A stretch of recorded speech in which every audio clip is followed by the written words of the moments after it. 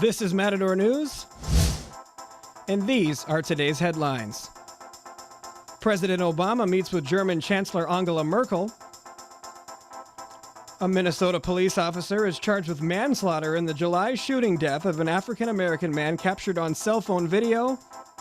And LeBron James donates $2.5 million to the Muhammad Ali exhibit at the Smithsonian.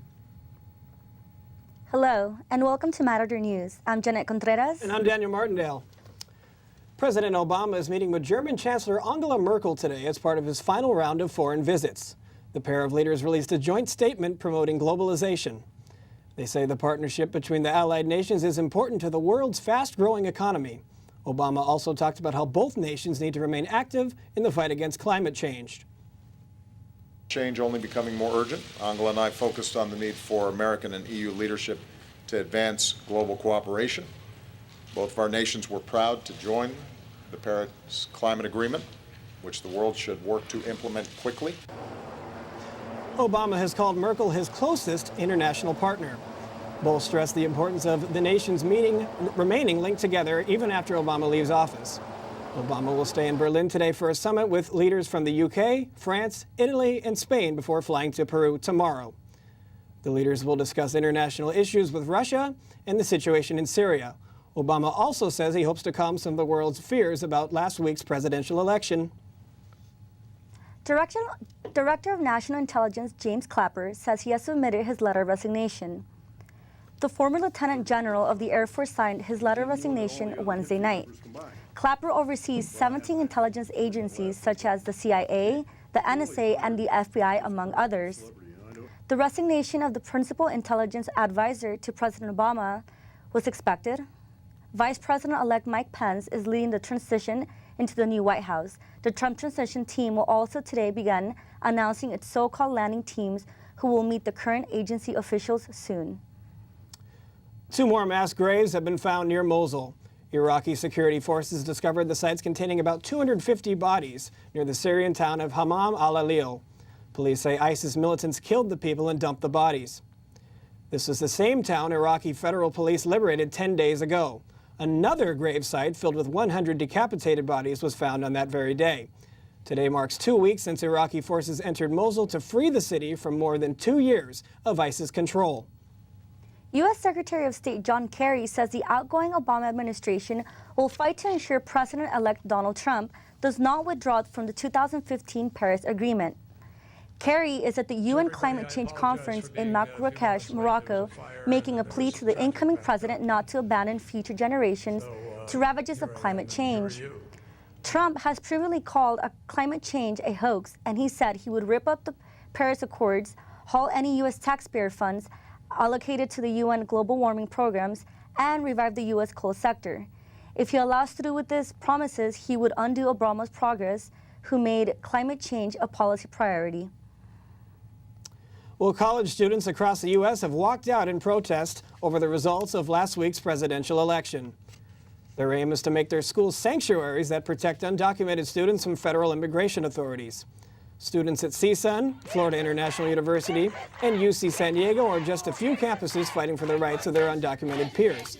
Many fear Donald Trump's administration will be deporting minorities and their families once he takes office in January.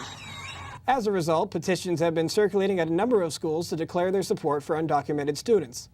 Others ask for more specific measures, such as guarantees that the school won't release information on students' immigration statuses. A Minnesota police officer has been charged with the manslaughter of Philando Castile. Geronimo Yanez has been charged with second-degree manslaughter and 2 felony counts of dangerous discharge of a firearm in the July 6 traffic stop. A video was released by Castile's fiancée showing the 32-year-old after he was shot 4 or 5 times with his 4-year-old daughter in the back seat.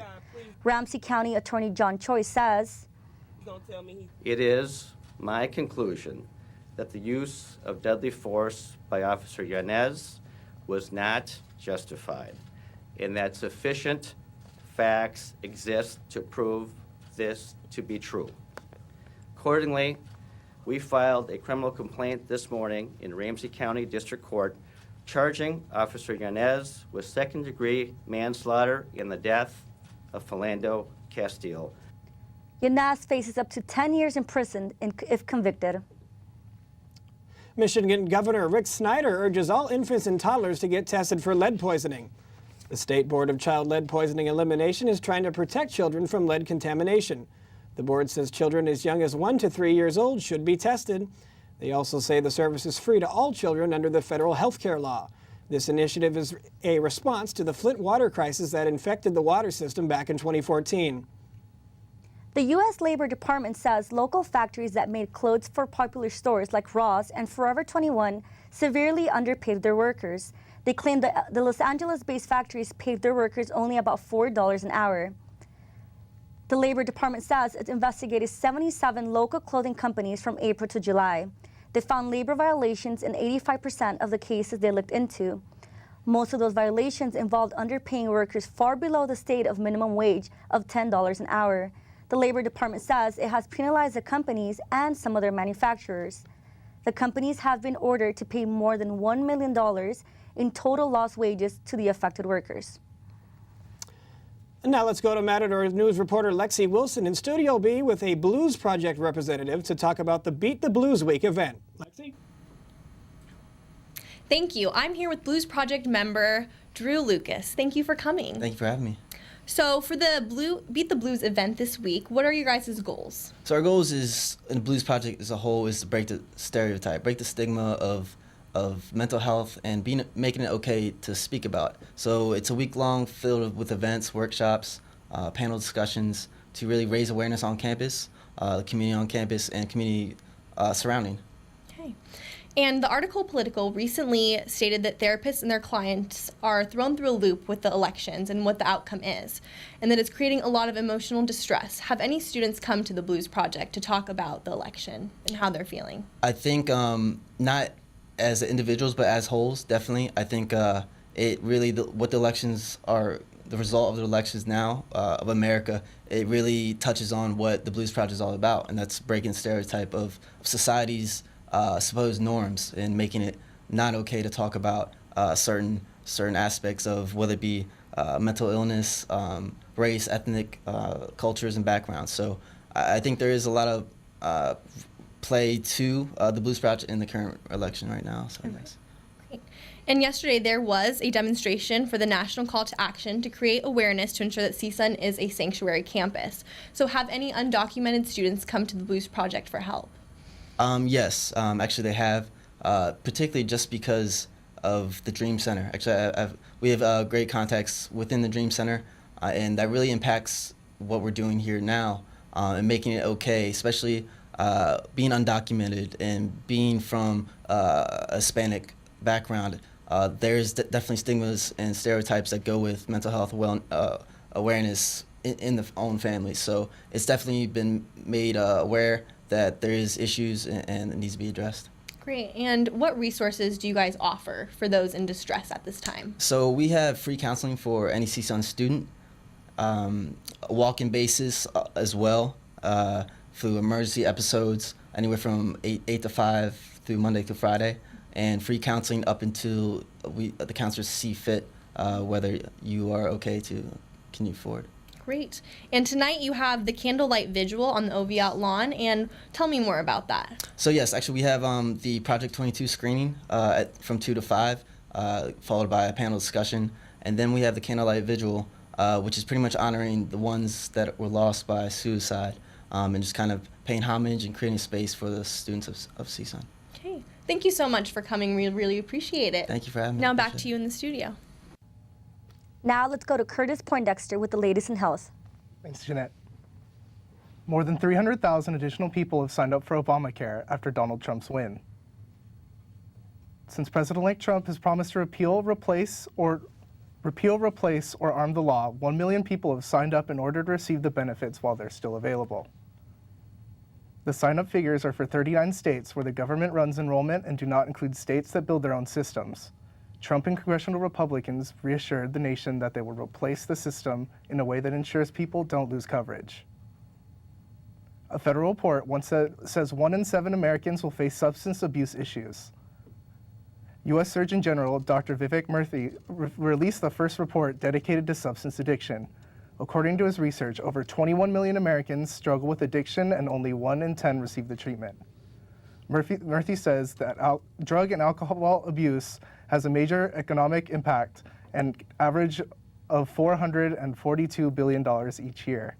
In a USA Today interview, Murthy says that with already limited resources, America can't not afford to address these issues. Now let's go to Joselynn Castro with the latest on entertainment. The Medal of Freedom recipients have been released this week by the White House. The list of the 21 recipients varies from Hollywood stars, architects, scientists, musicians, and athletes. Some of the famous names that will be honored are Bill Gates, Michael Jordan, Ellen DeGeneres, and Los Angeles' very own Vince Scully. And this year he's going to give it to you. Oh my gosh, no. Yes. So you've had. Are you sure? I mean, I'm just an old baseball announcer. I'm rather overwhelmed and humbled. And thank you so much, Josh. It's my pleasure. Take care. The Medal of Freedom represents its highest civilian honor and presented to individuals who have made meaningful contributions to the community around them. The White House will honor the recipients on Tuesday. This weekend will mark the 44th Annual American Music Awards. The announced list of performers covers a variety of artists and genres, including veteran performer Justin Bieber. Bieber will also be the first artist to perform via satellite live from Switzerland. Legendary rocker and recipient of this year's Awards of Merit, Sting, is also performing at the event for the first time. The Award of Merit is given to artists who have made exceptional contributions to the music industry. The ceremony is set to air live on Sunday, November 20th on ABC and will be hosted by comedian Jay Pharoah and supermodel Gigi Hadid. Frank Ocean's awaited album Blonde will not be considered for a Grammy. He decided not to submit his album for a nomination due to his lack of interest this time around. Frank Ocean rarely does interviews, but said to the New York Times that he doesn't seem to be representing very well for people who come where I come from and hold down what I hold down. In October, rapper Kanye West said he would not attend the Grammys and boycott the show if Frank Ocean's album was not nominated. Now, let's go back to Curtis for the latest in sports. LeBron James is giving back to a champion who shaped his life. The Cavaliers star is donating $2.5 million to the Muhammad Ali exhibit at the Smithsonian. James said earlier that to his LeBron James Foundation that he strives to give back to those who helped him. For me, playing the game of basketball has given me so much, but I think more importantly, what it's given me is an obstacle. The Muhammad Ali, a Force for Change exhibit, opened in September to honor the former boxing champ and social activist. James says every athlete owes a debt of gratitude to Ali. And in Los Angeles, in Los Angeles news, Coach Jeff Fisher announced that Jared Goff will be the starting quarterback on Sunday. The number 1 pick has not seen the field yet, but after a string of recent losses, the Rams have decided to start the 22-year-old. Many question the front office's decision to trade up multiple first-round picks to acquire Goff. Today is another big day for the Rams, as well as they will break ground for the new stadium in Inglewood. The stadium will be open in time for the 2019 season. And the Warriors ruined Drake night in Toronto after beating the Raptors 127-121. It didn't start off so well for Golden State. The Warriors came out sluggish and out of sync. Golden State built its lead to 19, but DeMar DeRozan went in for 19 on his team-high 34 points in the third quarter. Curry forcing up the three and a potential four-point play. Curry answered back with 2 back-to-back shots from three-point land. That gave the Warriors a 9-point cushion going into the fourth. Steph Curry ultimately went off for a game-high 35 points. Kevin Durant ended the night with 30, and Klay Thompson finished the night with 15. Drake, the Raptors ambassador, was seen talking trash all night with a Doris Burke Woman Crush Wednesday shirt on. The Warriors extend their winning streak to 5 games. Now let's go back to Joselynn for the latest in business.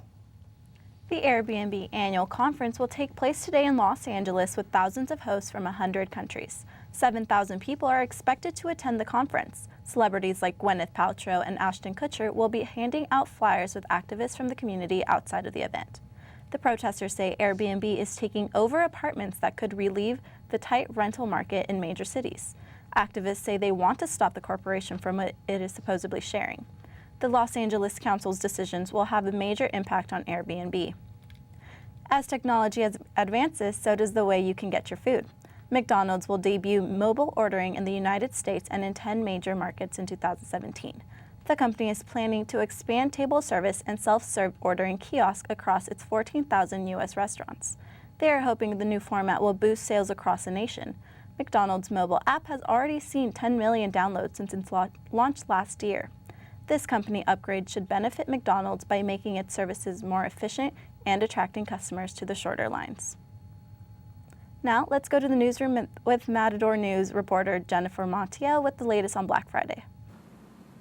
Thank you, Joselynn. With Black Friday and Cyber Monday coming up, deals are rolling in. Many seasoned students say they are looking forward to the holidays.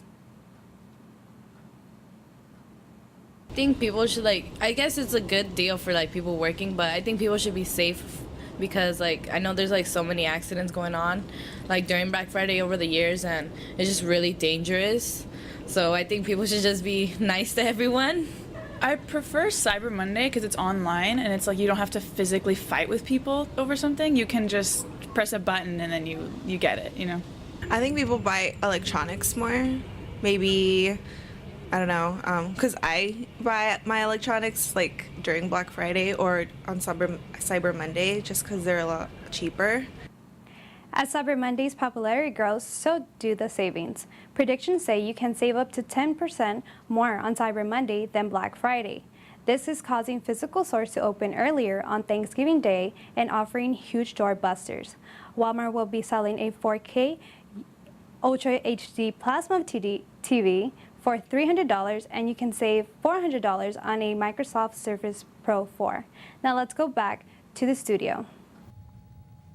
Well, as always, we'd like to thank you for watching Matador News. I'm Janet Contreras.